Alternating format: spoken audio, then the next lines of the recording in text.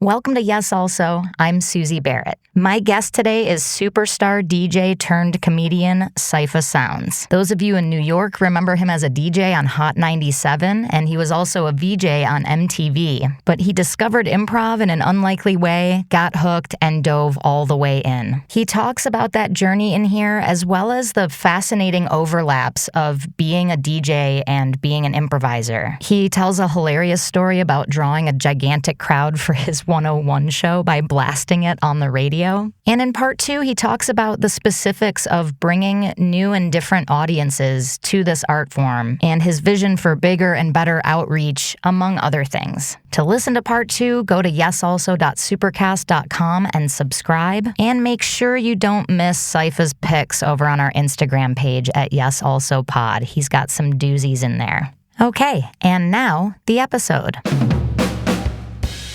Cipha, welcome to the pod. Thank you. What a journey it's been to get you here. You've come across the country. Yeah. Well, yeah, because initially it was set to be a Zoom, right? Yes. I didn't know that. So I booked a flight. Oh, is that what happened? Yeah. I was like, as soon as you said yes, I booked a flight. No. And then my manager was like, okay, here's the link. I was like, oh, I booked a flight to LA. I thought you were coming to LA anyway. When they reached back out and were like, can you do it in person? I thought you were already coming. No. But that's nothing to go to LA. I got a lot of miles. All right. Okay. All right. And you have your favorite burrito place here. I gotta go to my burrito. Give them a plug really quick. El Saz in Glendale? I think that's how you say it. S-U-A-Z. I don't speak Spanish very well. But it's in Glendale. A DJ friend of mine took me there years ago, and I always want to go there. So when I heard this was in Glendale, I was like, oh, 2 birds. There you go. One stone. Way to use your miles to go get a burrito. Exactly. And then you can also be on the podcast. Yeah. You have one of the most interesting overall journeys I've ever heard of. Yeah. I'm going to have you run us through it, but people will know you as you're like a big deal DJ and radio guy in New York who then transitioned into comedy and improv. Hit us. How did it start? All of it? Yeah, we'll give we'll shrink the amount of time we spend on the DJ stuff and then get to the meat of the improv. But I want to know all of it for sure. Yeah, so I started DJing like 15, 16 years old, and by 19 I was on the road with Little Kim. Wow. I was Little Kim's DJ, and then I DJed a bunch of nightclubs. I got onto this radio station, Hot 97. And from there, my career just skyrocketed, all in the music business. I was an A&R record labels. I was DJing a lot of clubs. I managed some people. I worked all over, and always being at Hot 97. And then the comedy thing started because I was the DJ on the Chappelle show. Oh, awesome. So in my whole DJ career, that's where you can see the fork. It was the start of the fork. It was a slow fork. But that's where it started. Slow fork meaning how you actually started moving through the fork. Right. But were you kind of lit up right away when you started being in the comedy world? Did that kind of activate? What do you mean lit up? Like inside? Yeah. Did it activate a passion in you or? Yeah, which I didn't know I had it in there. It was like it was dormant for a long time. A sleeper cell. Yeah, exactly. Yeah, Manchurian candidate. Because Dave said, first of all, I just want to tell your audience, I do a lot of name dropping, so get ready, Please. Okay? Dave Chappelle, we used to warm up the crowd of the Chappelle show when he did what they call the wraparounds. Mm-hmm. So before he started taping the show, we would like mess around. I would play some music. He would crack some jokes. He would do some stand-up. I would throw in little songs or whatever. And he was like, bro, your timing is great. He goes, and I would say stuff to him. He goes, you should do stand-up. This is 2002. I'm like, stand-up? What are you talking about? Why would I do stand-up? I'm a DJ. Like, I'm killing it. Yeah. I don't even stand behind my DJ equipment. Never. I'm laying on a couch. So that he's like, you should do stand-up. And then I just ignored it. But that's where the start of it was. Then I got on MTV. And I was just a VJ on the hip hop show, just introducing videos, interviewing guests. And literally Jamie Foxx, Will Smith, Snoop Dogg, would turn to me and be like, yo, you're funny. And I would get annoyed. I'm like, why? Why they keep Stop complimenting me. What do me. you mean? No, I'm supposed to be fire with the mixes. And I was just like, why does everybody keep saying I'm funny? Like, I know I'm funny with my friends, but like, what are they seeing? So then I was like, how do I make money with this? So I just started producing a show, a comedy show, stand up.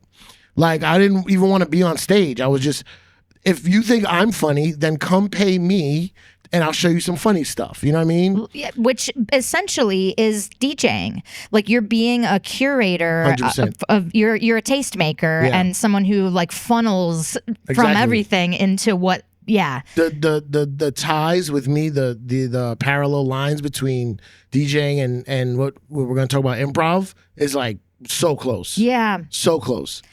And I would just start doing, and then I'd go on stage and I'd get one laugh. And I'm like, oh, kind of like that. And then I would get another, try it again. It wouldn't work. I was like, it worked last week. Why did it work this week? And like, well, last week it was a surprise. You surprised yourself. Right. All that stuff. Yeah. And then after like a year of that, and my show was hot. My show was like packed. It was once a month. It was packed every month. All the rappers used to come, ball players, and all the big comedians. This is more in the urban world. I've been in LA long enough. Urban. I know what casting directors mean when they say urban. The urban world. Well, like Tracy Morgan would always come hang out, Kevin Hart, Mike Epps, but even like Hannibal would come and Michael Che. And I always had white comics too. I always wanted my show to be diverse, even though the crowd was mostly like a hip hop crowd. But I wanted the comics to be diverse. Yeah. Patrice O'Neal used to come out all the time. But then I also had Andrew Schultz, Mike Vecchione, all these guys. And after a year, some comics were like, okay, when radio people do comedy shows, they're just trying to get money, and also like they kind of steal jokes. You look like, like they might introduce the next comic with their joke, and then you just ruined my joke. Is that true? Yeah, because why? Yeah, they don't know. They it's funny. This is the guy that he always sounds like the Haitian guy. I mean, and it's like you just ruined my intro. You know, this guy's gay. You know, he's gay. Like, I don't tell people that till the middle. You know. All right, I'm about to welcome to the stage the guy whose punchline at the very end of his set is, "My dad didn't buy the car." Exactly. Oh my God, that's so But they would funny. still do it because it was like good exposure. It was money. Whatever. And they're like, "You seem like you really like this." They're like, this doesn't count because this is your audience. You got to go to places where they don't know you. And I was like, okay, I'll try it. And then just bombed. Just bomb for years. Just bomb. When you say that this was your audience, they all knew you from the music world? From the radio. From radio. Yeah, because I would promote the show on the radio. Gotcha. I'd be like, so you're bringing out your fans. Yeah, it's called Don't Get Gas Comedy Series, because that was like my slogan. Like, don't get gas means don't get like a big head. Don't get ahead of yourself. So I'd be like, come to the Don't Get Gas Comedy Series Tuesdays, whatever. And so that was like my fans from DJing that I introduced them to a comedy show. Yeah. That is such a huge actual thing that happens across the board in entertainment, is like a hometown crowd, basically. Yeah, exactly. Like people who are coming to see you either because they are already a fan or because of your reputation from their friend or whatever, versus just dropping into the middle of like Indianapolis or something and having like a cold crowd that that's like what corporate shows feel like, where people are like, there's like a question mark behind their clap. They're like, It's gonna be good. Yeah, right. What are you? Am I safe? Yeah, because you're definitely you're in the roadblock between them and the open bar. Right. And they're like, all right, yeah, come on, let's do this. Right, let's hurry. You can already hear them slurping at the bottom of their drink right at the top of the show, and you're like, oh no, this isn't going to be good. We even used to feel it when we would come for the Del Close Marathon that would happen in New York. We would go out there from LA and do shows, and it should be all the same world. It's improv, it's UCB even, but we would do our shows for the New York crowd, and it would take us a while to kind of win them over, and they would kind of be like looking at us with like squinty eyes, like, are you as good as our people? Right. Cool. Let's back it up a little bit. Back it up. When you talked about the crossover between comedy and DJing. I want to dive into that a little bit more. Yeah. Unpeel that banana for me. I mean, it's literally like read the room. You know, what like you walk out into a crowd and you'd be like, oh, there's a lot of older people here. Maybe I won't start with a sex race joke. You know what I mean? So like I'll do that second. Yeah, that's later. Get a group. So I walk into a club, and depending what it is it white kids in the Hamptons? Is it black kids in the hood? Is it Jamaicans in Brooklyn? And everyone when I used to DJ, they would always know I go an hour or two early to see the vibe of the place. I don't even like DJing somewhere if I haven't been there before. So if it's possible, I might even go the week before and just check out the vibe. And it's the same thing with jokes. Like, am I at the Cellar, at the Comedy Cellar, or am I at a corporate gig, or is this like a fundraiser? You know, and I just read the room and then pick the songs / pick the jokes. Yeah, I'm gonna play the same songs because that's what I do. But where do I put it, and which one do I start with?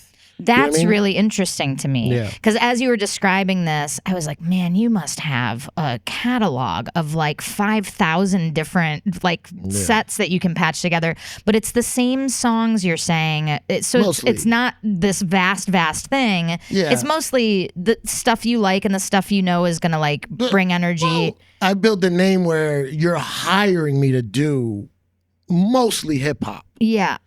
Like, once in a while, I'll do something that's just so left field, and I'll have it. It might not be as good as like if it was a hip hop set, but I'm thinking if you're hiring me, you want a hip hop set. You know what I mean? Yeah. So yeah, I'm gonna play those songs, but maybe you need to get a couple drinks in you first before I go hardcore. You know what I mean? Start a little gentler for this crowd. It's like a Nelly crowd. Is it a Nelly crowd? God, you got to write a book or like a coffee table book of just like what each crowd is. You know what I mean? What's your type? Yeah.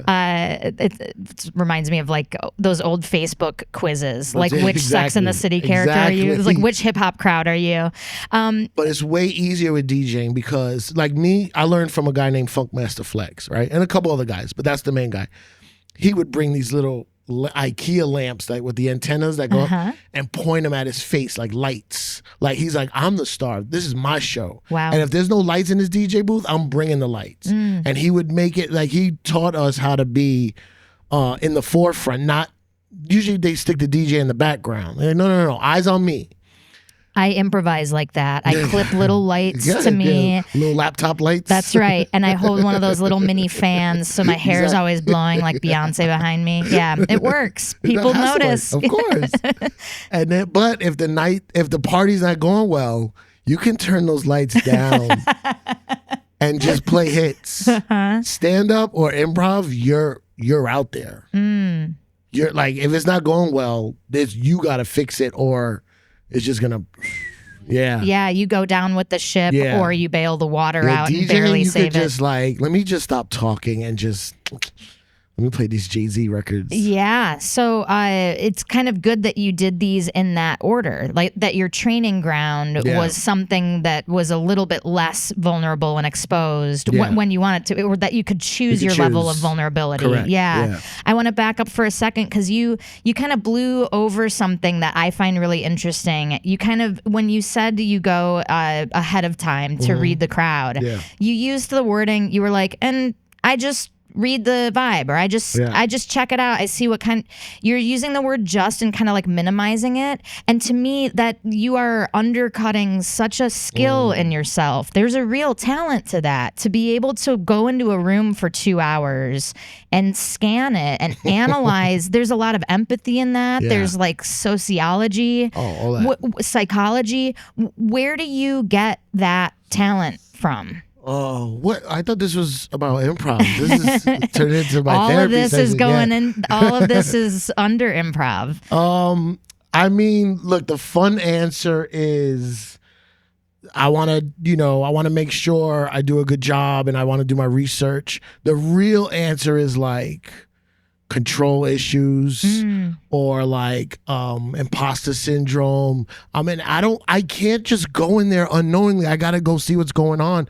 And I like to get as much information as possible because I'm so nervous of failing, right? Coming here, I walked up the block and I didn't see the address because this doorway is like kind of like to the side. Yeah. And I was like, why didn't I drive up the block first and find the address? Because like there's someone out there in a car looking at me. I have a pink box of donuts. I'm was a Puerto so Rican. Sweet you brought donuts. Yeah, I got donuts. I don't know if you're on a diet. And I look I feel like I look stupid. And I hate looking stupid. So that's where that comes from. But then people, it's also become like a skill set and a talent, but it comes from insecurity. It's You know like what I a mean? survival tactic almost. But the fact that you're able to do it, that like if I just dropped into a room for 2 hours, I'm not sure I'd be able to successfully go, here's the order of my music set. Oh, no. So I'm so curious about how you're able to, is it just years of experience, years of like trying and failing on like playing parties? Did you have like a growth period? Yeah, of course. Like, when I first started, I was like not on the microphone at all. I was just playing music. And the thing is, you start off as an opener, right?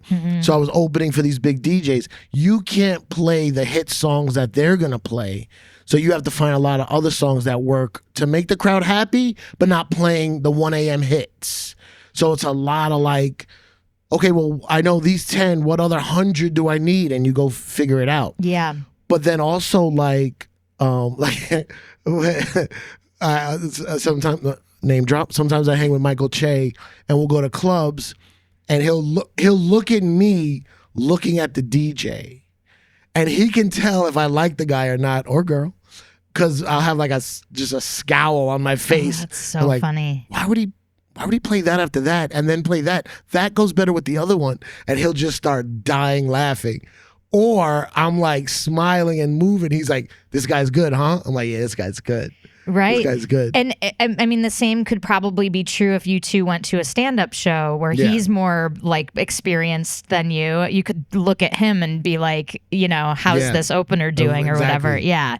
Although comedy's a little more binary. If you're laughing, it's working. And if you're not, it's not. Yeah. Let's talk about comedy. Yeah. So when did you decide to we called it the fork earlier. Yeah. When did you decide to pursue the branch on the fork? So I started my stand-up show that I was producing in like October 2007. And that was just like, I used to promote DJ parties. So then I was just, one of the nights I'll promote a comedy show. Yeah. And so to me, it was like the same thing. Get people to pay you money at the door to go into this room. And then I started liking comedy. So I would say like, the later part of 2008, 2009, I was like, I want to kind of try to do stand-up, like for real. Yeah. And I would go to a lot of comedians would come to the radio station to promote their shows. So I would always ask if I could open. Joe Coy, what was that other? Lisa Lampanelli, Tracy Morgan, all these guys, they'd be at Caroline's. And I'd be like, can I do 5 minutes? And they'd be like, as long as you don't do the DJ shit and say my joke, then Exactly. And they would give me 5 minutes and I would go do one. And I remember one time I met Tom Segura at a Dave Chappelle show, and I was DJing though. And he goes, oh man, I just bought like a DJ set, because when it went on Serato, which is like the laptop program. And he's like, I just bought a DJ set. I'm trying to find more music. I was like, oh cool. And I clocked it. The next day I went and bought a hard drive. I had copied my entire music library and I brought it to Caroline's the next day and gave it to him. And I mean, he was like ecstatic. Of course. And he was like, you want to do 5 minutes? Yeah. I do want to do 5 minutes, Yeah. And then I would just hang around Caroline's. That was where I started kind of. And in these situations, this is what we were talking about earlier, where this is not the hometown crowd per se. This is you up cold in front of people who mostly don't know you. Right. Well, if it's New Yorkers, it'd be like New Yorkers, not as much as my show, but yeah. Yeah. Yeah. So I-97 was really big at that time. I believe it. It has the word hot in front of it. Yeah, it's hot. Yeah. And 97 is a large number. It's heated up. It's 97 units of hot. Exactly. Yeah. No doubt. Yeah. Did that feel like you were getting like a stacked deck sometimes? Like you'd come on and people would be like, Cipha, like. Yes, but what I learned is that only lasts for maybe a minute. Okay. I could get on with my name. I could get on almost any show. That doesn't mean it works the whole. They give you the that's the guy from the radio. We love that guy. Yay! Oh my God, he's here. Now let's see what he has. Now where's the jokes? Right. It doesn't comedy. Like it doesn't matter. Yeah. Who you are. Do you have the material or not? Yeah. You know what I mean? And I skipped the line. Like I didn't have to do open mics, or I already had stage presence because I knew how to. Like some comics don't even know how to use the microphone, so like I knew how to talk on stage. But is that funny? You know what I mean? So I was never scared to go on stage. Yeah. Which I know people that I did stand up in college, but I don't know. Like you gave up because you were nervous up there because you're funny. You know what I mean? So that helped me a lot. Yeah. But then if you don't have the jokes, it doesn't matter. You could be Jerry Seinfeld. If you bomb, you bomb. Like it doesn't matter. Yeah. So because you're still in comedy, I'm guessing that you built up a great set. You learned how to do jokes. Yeah. I think so. yeah. How did that transition from stand up into improv? So I did stand up. I started like 08, and then I got the morning show on Hot 97. Mm-hmm. Was that? Hold on. Yes. And just so you know, morning is a big deal here too. I know it's not just an East Coast thing. We also have morning, so I can relate. You have mornings here, yes. Not just morning shows. That's right. We have mornings, so I can see why it's a big deal to get the morning show on. Yeah. I wanted the nighttime slot, which was my mentor, Funkmaster Flex, and I quickly realized he's not going anywhere. He's still there to this day. So like, I got to find another way to get on this radio station full time.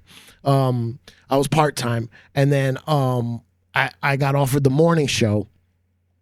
All of a sudden, I was the boss of like 5-6 people, which I was not ready for. Like before, everything was solo. I did my show on Saturdays. I filled in for other people. I was like the number one fill-in guy. Call Cipha, he'll do it. Then I got the morning show, and I was in charge of like my 2 co-hosts, a producer, intern, and I was like the control thing I told you earlier. Like, yeah. So my producer was like, Cipha, you are stiff. I was like, I don't know what to do. Cipha Sounds. Yeah, man. And he's like, come with me to this place. Come watch this improv show with me. Just so like, I guess he was giving me like advice on how to loosen up. So he took me to a Harold night at UCB. And the first team was good. I forget what the first team was. They were good. Looking back, I know now they were good, but I didn't love it at first. Sure. It's hard to come in cold to a Harold and be like, what is this? Yeah. Especially Harold because it's so structured. Yeah.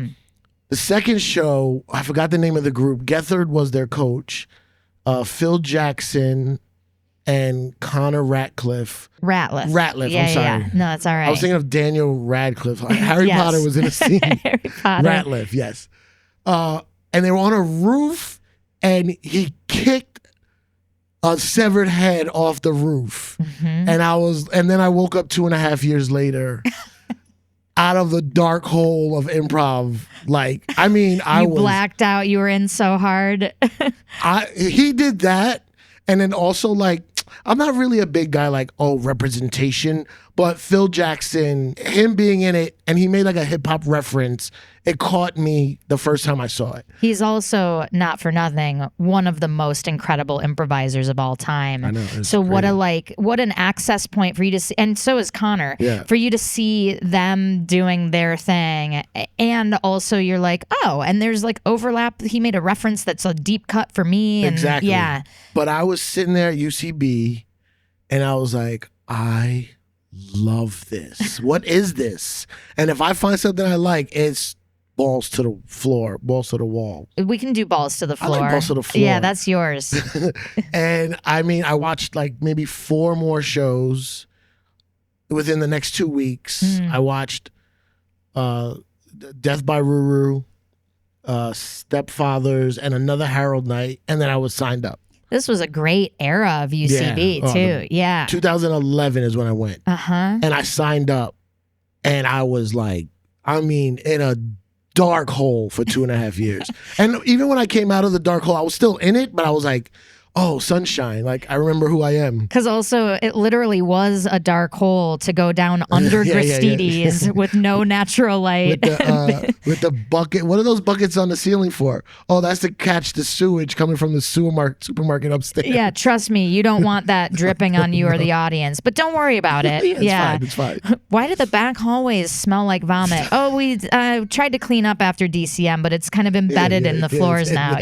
In there. So what was your experience coming in as someone who had never improvised before? Never. Did you find it challenging, fun, easy, hard? It was like, okay, so I started summer of 11 because I remember in my first class was mostly college kids in New York to take UCB classes. Most of them, there was only like 2 people that were actually from New York. And I'm also like way older than all of them. They're all like 19, 20, maybe 21. I don't know, 33 at the time, maybe 34. Full-blown career, everything. Your brain is fully developed. Fully developed. Yeah. In a marriage, in. And I go in that class. 101 was incredible. Incredible. So fun. Class show, great. I bring so many people. My class show was packed because I promoted it. Did you promote it on the radio? Yes. Oh my God. Yeah. That's so my funny. 101 was packed. So you're on Hot 97 being like, everyone I'm come out. I'm doing this weird thing where we make up a show on the spot. Come check it out. And it was like, it was like in the middle of the day. Yeah, packed. A line Everybody's around like, the corner. What the fuck is going on? You brought a t-shirt cannon. We're doing a giveaway. Yeah. Fair. And then 201 was like busted my brain. Yeah. Busted my brain. Like that is the crash. I if they graded classes in UCB, I would have failed 201. I would have failed. But I didn't fail. I went to 301, which was fun again. And then, just like, so Chris Gethard saw me in my 101 class. Like, he walked by, he was like, is that Cipha Sounds? And then I remember he tweeted me. And I was like, yeah, it's me. Who's this guy, And then I met Gethard, and then he, like, gave me some really good pointers and, like, put me under his wing a little bit. Not really, like, fully, like, mentor, but, like, was just like, if you need me, I'm here. That's so kind. So great. He's such a lovely guy. Do you remember what those pointers were? Like, what was his guidance for you? Yeah, I didn't get them at the time because I was way too new, but it was like, it was the regular, be yourself, play to the top of your intelligence. One big thing he said to me was, don't fall into, how do I say this? He's basically, don't fall into the trap of what life experience all of the other kids have. Stay yourself. And I get that because he was basically saying, like, there's going to be a lot of white guy references thrown around, but don't try to fit into that. Be who you are, because that will make a great improv show. I didn't know that at the time. Yeah. I remember I was in a class and this guy goes, man, you broke my Kerouac magnet. And I go, okay, I know he's angry. I know it's a magnet. I don't know what Kerouac is. That's such a, I'm so glad you remembered that, because a lot of people have that experience that you share, but they don't remember exact quotes like that. I know exactly. That's I remember. So funny. And I was like, okay, he's angry. He's my roommate. I could tell that he's my roommate. He's angry, and I broke something that he loved.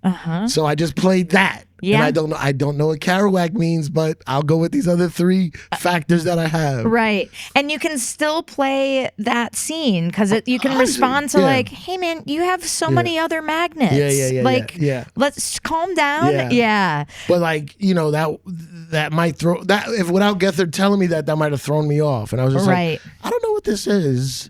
And then afterwards, I asked, I go, sorry, what's Kerouac? And then everybody explained. I go, oh, Jack Kerouac, duh. Yeah. But I didn't get it when he said But also, it. like, who the fuck has a Kerouac magnet? He put it specific. Yeah. I mean, Kerouac would hate that his image was on a magnet, first of all. Sure, for sure. That's so funny. There's also like, you could see almost like a meta game emerging in that scene where you take in him saying Kerouac magnet and you reply with some very deep cut reference from your world. Yeah. Like, well, you ripped my, such Rick and Ross, so. There we go. Ross, Bel Air bottle. Yeah. You broke my Rick Ross Bel Air bottle. Yeah. And then we get into a battle. That's what I did later on. Yeah. And I could have made Kerouac mean anything in the moment if I wanted to, but I didn't know how to in the beginning. So I was just like, all right, he's angry and I broke something, and just stick with that. Yeah. That is such good advice. And that is such that's a tough puzzle when you're starting out to like have the deck a little bit stacked against you in terms of like demographic and reference base and whatever. I always found myself trapped in scenes with people who had like in-depth comic book knowledge. Right. I've never read a comic book. Yeah. I can't do it. It just doesn't work with my brain. Mm-hmm. And people who are like, DC versus Marvel and all the, I'm still trying to like educate myself in that world. And I just, but it's a tough, it's an additional layer of improv when you're already also just trying to learn how to do good scenes. Now you can say anything. I don't care. Right. We're going to make it work. But like when you're learning, it's tough. How do you make it work now? Like looking at the difference between when you were thrown earlier and how you approach scenes now. What's your approach? Like if I didn't know like what Kerouac meant, sure. That it just sounds like a funny word. So I would just keep saying it over and over. And I'm like, you're mad about a Kerouac magnet? Kerouac, you know what I'm saying? Yeah. Kerouac is nothing compared to like something maybe that sounds like Kerouac. Yeah. Like whack-a-mole or something, and just throw it out. And then they'll either play it or they'll explain what a Kerouac is. You know what I mean? Or they'll make some more Kerouac references, and then the audience knows I definitely don't know what it is.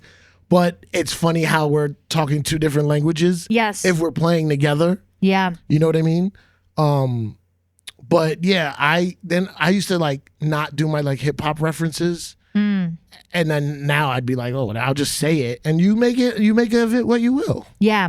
Would in those moments where you are talking about not making a reference, would you feel the impulse like this reminds me of this reference, but then you're sitting on it because you're worried that someone won't get it? Yeah. A lot of that, like I was like, I don't want to throw them off. I don't want to make them, mess up.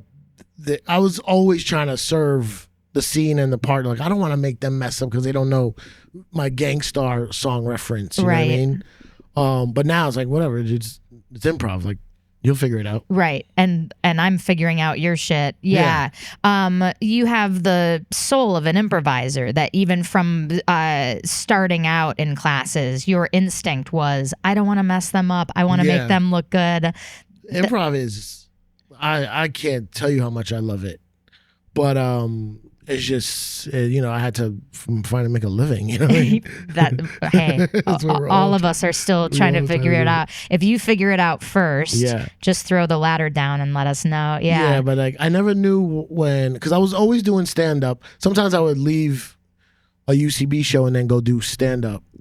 And all the improvisers would be like, oh, cool, you're going to go stand up? Cool. And stand-ups would be like, you doing improv? It's corny. Why are you doing improv? Yeah. And I'm like, what's happening here? Right. It's all comedy. It's all funny. And like, what is that? What do you think that attitude difference is? Just stand-up. A lot of them are just like neurotic or like narcissistic. Like, I don't need anyone else. I do it by myself. You know what I mean? I'm like, it's fun with a team, bro. Yeah. It's like, we're having fun together. Like, you never hang out. Like, yeah. They're like, they're always referencing bad improv.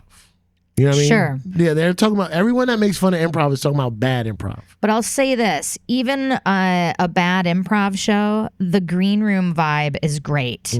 And even a great stand-up show, the green room vibe is often cynical and competitive feeling. And there's just a darkness in that world. Yeah. You don't have a darkness. That's why I'm so curious about, like you're such a light-filled person. Oh, thanks. When you were going to improv and stand-up back to back, did you feel like a code switch in your aura that had to happen, or like a different mindset going into the show? No, you just bring yourself. Not by the time I was doing both. No, to me, getting on stage, making people laugh is all the same thing. Yeah, like it's even like when you make fun of prop comics, I'm like, that shit was hilarious. Like, you're going on stage to make people. Sometimes I feel like stand-ups, and maybe improvisers too, but I feel like sometimes stand-ups have this like aggression towards the audience, or like I don't let them dictate what I do, and I go, fine for your art, but they pay us money to entertain these people. Why are you so upset about that? Yeah, like that is the job description. It's like they forget, the goal, like I never let the audience dictate how I do my jokes, and I'm like, I think that's part of the job. Like, we go on, they pay money, we make them laugh or try to. And I don't know, the hip hop business entrepreneur in me is like, oh, let's do this over and over, man. And some people are like, nah, I don't cater there. I don't change my ways for them. I'm like, oh, all right. Good luck. Yeah, it's fine. Right?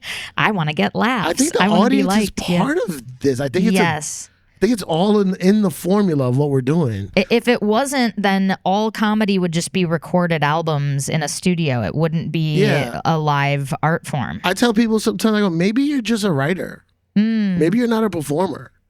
Maybe you just, because you're very funny, maybe you should just go write. You could be a comedy writer, movies, TV, or whatever. Like, you don't have to perform it if you don't want, if you're so angry at the audience. Just picture you they're resistant. You're like, there's movies, there's TV, there's these little wrappers around my gum. Yeah, right? There's popsicle stick jokes. Snapple facts. Yeah, Snapple facts. Why are you so angry? Get into Snapple facts, man. Why are you angry? Do you have a preference now that you've been doing both for a while? It's 51-49. It's improv. In favor of improv? It's improv. Yeah. The only reason why, and also I don't do a lot of improv lately, which I'm very upset about, but the only difference, I love both almost equally. It's just that with improv, it's always different. Yeah. With stand-up, I mean, I do a lot of improv, or I don't like to say crowd work, because crowd work to me is some kind of specific. I'm doing improv in my stand-up set a little bit. But my jokes, my act is my act. You know, my jokes are written and I do them every night, or most of them. Where improv, it's going to be different. So I like that variation of it. Yeah. But I would do both. My dream in life is to fly into a city, do an improv show or a couple of improv shows, stand-up shows, and then DJ an after party.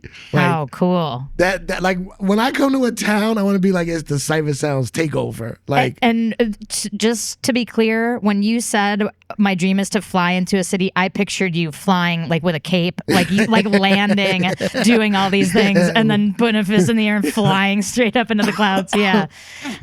Yeah, what a dream. And you still can. Like, that's what I'm working towards. Yeah, that's great. That's what I'm working towards. Improv was like I remember Chris Gethard.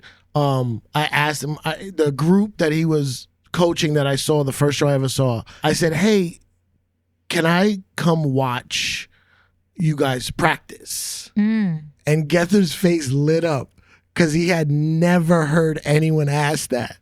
You're like the best improv student in the world, hungry for knowledge. I introduced a new concept to Gethard, who has a billion concepts. Yeah. And he goes, let me ask the group. So he went and asked the group, and they said yes, I think somewhat reluctantly.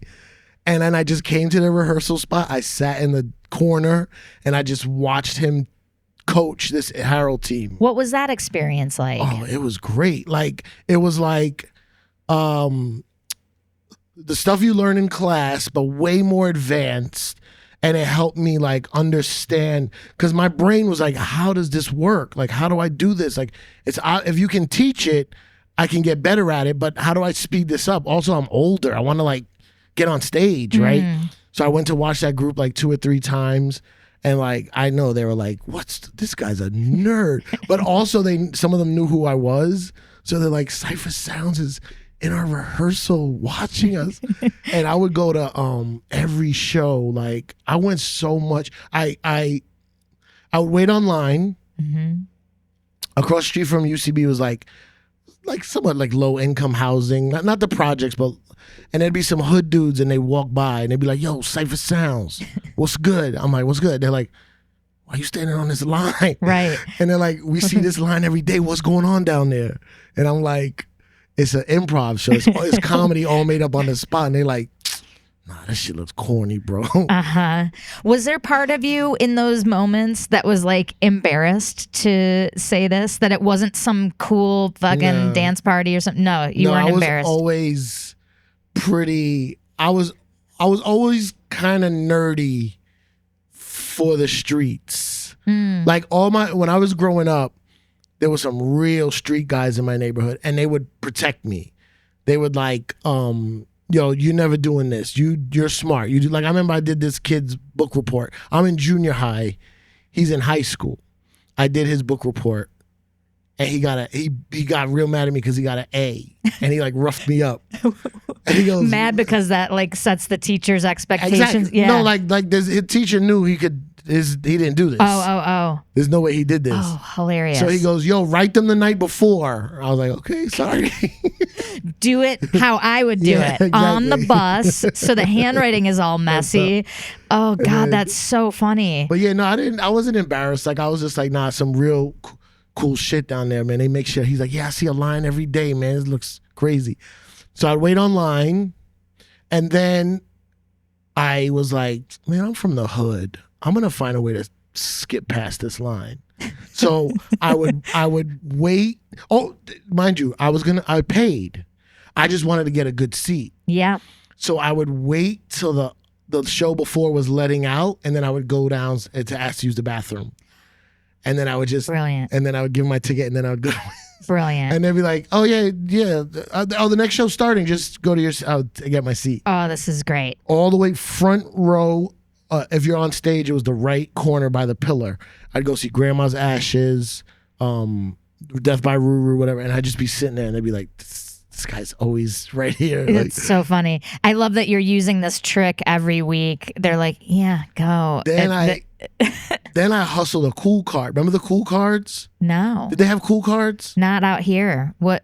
Cool cards were like for press, casting directors.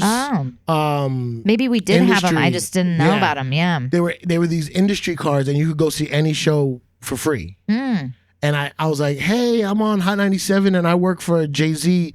We're looking for some improvisers for some movie stuff. Like, can I get one of those cool cards? And they were like, yeah. So I got that.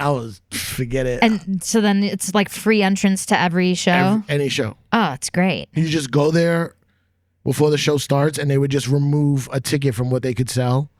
And I would just go to every show. I love that it's called a cool card. Yeah, it's like such a juvenile name. Yeah, it's like cool. A first grader made it. It's and a then cool card. Then I took, I got through 101, 201, all the way to 401. And then I would take 201 again because Anthony Atamanik was teaching it.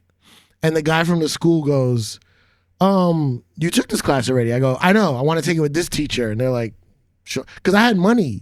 Right. Well, you had a cool card. So you were saving bank on all the shows you were seeing. But I had money. I had a career. I was making good money. Yeah. And all the kids, I would hear them complain about, I probably paid for like 10 other people's classes. Oh, wow. Like my own Cipha Sounds scholarship. Oh my gosh. And I would just pay for it. I'd go to Anthony Atamanik, Abra, whoever took, Will Hines. Will's like, you took this class already. I go, I know, I want to take it with you. He's like, all right, And I'm paying for these 10 kids behind me to also take not all it. at once. Yeah, it wasn't 10 groupies with me, but I paid for them. I'm guessing it wasn't like an official scholarship. This is just you being in a class with someone who's like, I can't afford to take the next level. I want you to be in the next class with me. He's like, I'm working my restaurant job. I'll probably do it the next round. I go, no, I got to do it now. So I'll pay for it. That's so awesome. I mean, what is it? $450? I mean, for a working DJ, that's not a lot of money, but for everybody else, $450 is a meaningful amount of money. I know, I get it, but I just wanted to do it so bad. That's so great. And then and then also they were trying to do a UCB podcast. I think they had one and it went away, and they tried to bring it back. It was my 101 teacher, John Frusciante, and then Will Hines, and I was like, hey, and mind you, I'm big in my world. I'm somebody. And I go, hey, I'll do the podcast for you. I'll record it. I'll edit it. And they're like, what? I brought equipment every week. I brought a soundboard. I brought microphones. I bought it. I went to go buy it. Oh my gosh. And I would record this UCB podcast. And every week Will Hines was like, why are you doing this? And I was like, so I can hear you talk about improv. And they're like, just wait till the podcast is released next week and you can hear it. You don't have to work for free on it. I think he gave me, Will Hines was the director of the training center. Yeah. So he's like, I'm giving you free classes. I was like, all right. I'm just going to take ones I took already, whatever. And he gave me free classes and everything. Those I also gave to some people. So how many times did you go through the program, all said and done? I probably took 201 really bugged me, so I probably took that 3 times. Wow. Just to try to it's the hardest level. I realize now I'm fine with, I can do game on stage. I'm doing game. I'm doing it. Yeah. But I couldn't verbalize it. Like somebody would ask me to explain it, and I'm like, I don't know how to say it. Why can't I say it? But I know how to. It's like, when those people, like, they can understand another language but they can't speak it. Yeah. Like my mom speaks to me in Spanish, but I answer her in English. Yeah. You can hear it and know what the context is, but you can't find the words. So I was like, I'm doing something wrong. So I went back and back again, and then I took that, and then I took probably 3 401s, and I was also in advance. Yeah. So I was also moving up, but. Any standout advanced study classes? Because those are often, for the listeners, like the advanced study was like a teacher could choose a topic of their own liking and teach it. So like I taught a genre prov class and a group games class. Yeah, the standout one, I mean, they were all good. I mean, I had great teachers. But Anthony Atamanik did like a meditation. What do you call the thing in the beginning? The when you like a monologue or a suggestion, like an opening. Yeah, opening. Yeah. We would all be meditating on stage for 5 minutes. And then we would do an initiation off of our own meditation. Whoa. Nobody said anything, and the audience was like, what? Either meditating with us or looking like, what the fuck is this? How did that go? It was great because it doesn't, I always say this, like the opening, whatever someone says is what it is. Of course. And you don't always, not all improv needs an opening. Yeah. But in my opinion, if you're going to do an opening, the reason is so that you have shared info between you and the audience. Right. So to do an opening where everyone by its very nature is completely siloed in their own individual experience is so funny to me. I know. But it was kind of cool though, just trying to see darkness, and he would do all these different meditations in the class, like, okay, you're a comet and you're flying through space and you're passing all these stars and nebulas and stuff. It was cool. Yeah. But also Atamanik is just, that's my guy. I've never met him. I've only heard great stories and great things. Yeah, I gotta get him on the show. He came to my wedding in jeans. That's my guy, man. That's your guy. He Dress code, anything but jeans. Exactly. But here he comes. He came in jeans, and my wife was like, what's up with this guy? I go, it's a Tamanik. What are you gonna do? What are you gonna do? Look, and on his ass, our faces are airbrushed, so it's Exactly. themed. It's fine. For part 2 of this episode, go to yesalso.supercast.com. If you like this podcast and you want double the content, head over to yesalso.supercast.com and subscribe. You can also help us out for free by subscribing to us on YouTube and talking us up to your improv communities. If you have a question that you'd like us to answer in one of our Q&A episodes, or a topic that you think would make a great bonus episode, put it in a 5-star review. If you're a theater who would like to host us for a live recording and improv show, let us know at yesalsopod@gmail.com. A very special thanks to our producer, Ryan Rosenberg, audio and video editor, Brian Kessler, and Britt Faye, who does our marketing. Thanks for listening, and we will see you next week. No, we won't, Suzi. That's not how podcasts work. They won't even see us. They will listen to us, so it's actually the opposite of both things you said. Thanks for listening, and you will listen to us next week. Maybe. We don't know.